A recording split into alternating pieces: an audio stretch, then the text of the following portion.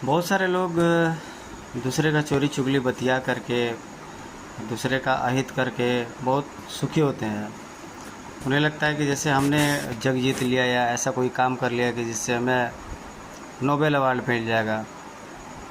वस्तु तो अपने नज़र में तो गिरते ही हैं, साथ ही साथ सामने वाले और ऊपर वाले की भी नज़रों में गिरते हैं, क्योंकि ऊपर वाला किसी को छोटे मोटे पापों के लिए माफ़ करता है, हमेशा नहीं माफ़ करता है। हो सकता है कि आप जिसकी चोरी चुगली कर रहे हो, आप अपने स्वार्थ के लिए कर रहे हो, जिससे कि आप उसका काम खराब कर देते हो। मगर अगर खुदा ना खास्ता जो दूसरे के रास्ते में खाई खोदता है, पहले उसी गड्ढे में गिरता है।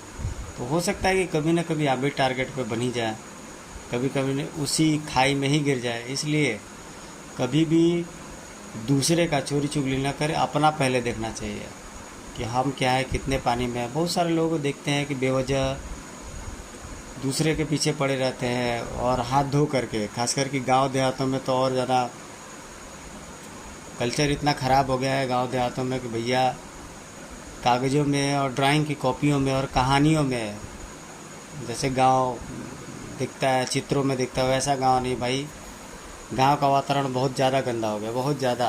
पहले था कि लोग एक दूसरे का मदद कर देते थे, हेल्प कर देते थे। मुझे आज भी याद है कि मैं बचपन में देखा था कि खप्पर और मड़ई लोग एक दूसरे का छवा देते थे, उठवा देते थे। लेकिन आज की डेट में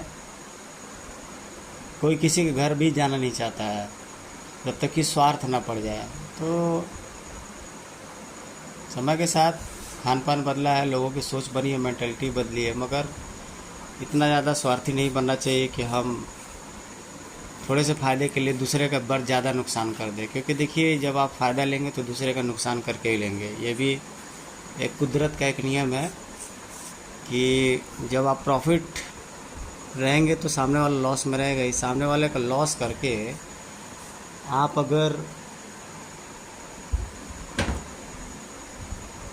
सामने वाले का अगर लॉस देकर के आप खुद को प्रॉफिट में देते तो समझ लीजिए कि एक बहुत बड़ी आप गलती कर रहे हैं। ऐसी गलती से बचिए, क्योंकि कभी कभी क्या होता है कि जो हम दूसरों के साथ करते हैं वही हमारी ज़िंदगी में रिपीट हो जाता है। ऐसा मैंने देखा है, कई बार महसूस भी किया है। इसलिए अपना अनुभव आप लोगों के सामने हम लोग देते रहते हैं। लगभग 10-15 साल मैंने टीचिंग भी की है, तो वो भी एक अलग से एक्सपीरियंस है। इस तरह का काम मत कीजिए। अगर किसी के अंदर ऐसी हैबिट हो भी तो उसे मना करें आप।